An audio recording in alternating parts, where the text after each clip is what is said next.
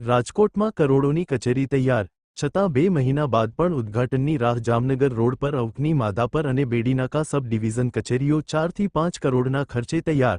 કોંગ્રેસે તાત્કાલિક શરૂ કરવાની માંગ સાથે વિરોધ કર્યો. અધિકારીઓના જણાવ્યા મુજબ 15 થી 20 દિવસમાં કચેરી શરૂ થશે. અહેવાલ સંજય પોપટ.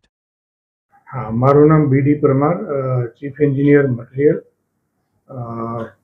આજે કોંગ્રેસ પક્ષ તરફથી અહીં એક આવેદનપત્ર આપવામાં આવેલું છે, જેમાં જામનગર રોડ ઉપર આવેલા માધાપર અને બેડી નાકા સબ ડિવિઝનની જે નવી ઓફિસ બની રહેલી છે, તો એ ક્યારે ચાલુ કરવામાં આવશે એના માટેનું એક આવેદનપત્ર આપવામાં આવેલું છે. અને એઓએ જે આવેદનપત્ર આપેલું છે એના અનુસંધાને અમે બાકી રહેલું કામ ત્વરિત પૂરું કરી.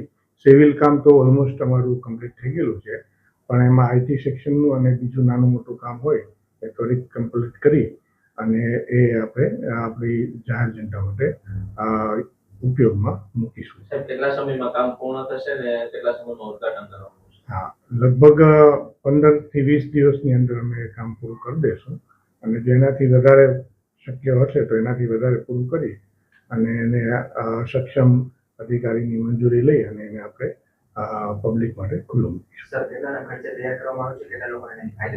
એ ઓલમોસ્ટ 5-6 કરોડના ખર્ચે તૈયાર થયેલું છે, અને બેડીનાકા અને માધાપર સબ ડિવિઝનના બંને સબ ડિવિઝનના આશરે 60 થી 70,000 ગ્રાહકોને એને ફાયદો થશે.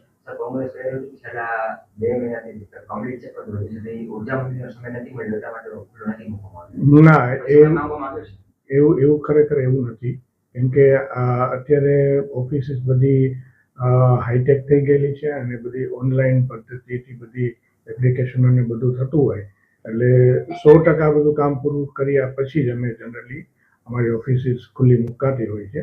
એટલે બાકી રહેલું જે નાનું મોટું કામ છે પૂરું કરી અને અમે આ બંને ઓફિસો જનતાના ઉપયોગ માટે તરત મૂકી દઈશું. કોંગ્રેસ કે ખોટું કહે છે કે કામ પૂર્ણ નથી થયું? ના, એવું નથી. સિવિલ વર્ક પૂરું કરી દીધું છે, અંદરનું જે બીજું થોડું નાનું મોટું કામ છે એ બાકી.